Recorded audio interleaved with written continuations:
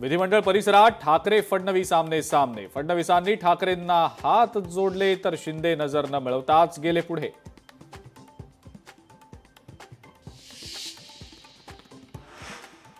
अर्थसंकल्पात लाडक्या बहिणींसाठी 36,000 कोटींची तरतूद.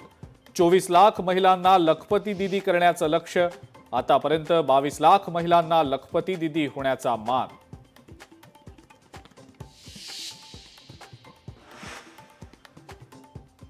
दिवंगत बाळासाहेब ठाकरेंच्या राष्ट्रीय स्मारकाच्या पहिल्या टप्प्यातील काम पूर्ण. दुसऱ्या टप्प्यातील कामासाठी राज्य शासनाकडून 220 कोटींचा निधी उपलब्ध करून दिला जाणार.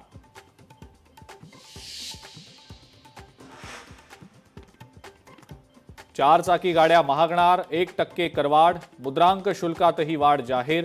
महसुली उत्पन्न वाढवण्यासाठी अजित पवारांकडून घोषणा.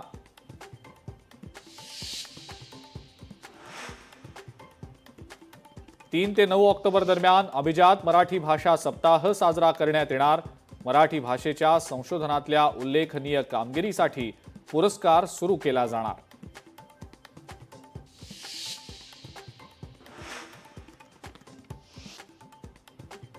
संगमेश्वरमध्ये छत्रपती संभाजी महाराजांचं भव्य स्मारक उभारणार. स्वाभिमानी राजाच्या पराक्रमाची स्मृती कायमस्वरूपी जपण्यासाठी भव्य स्मारक उभारण्याची अर्थसंकल्पात घोषणा.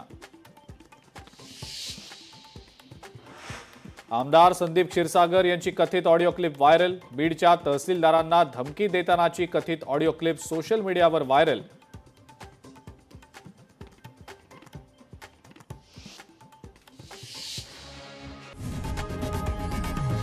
लोकशाही मराठी ऐका, पहा, जागरूक रहा.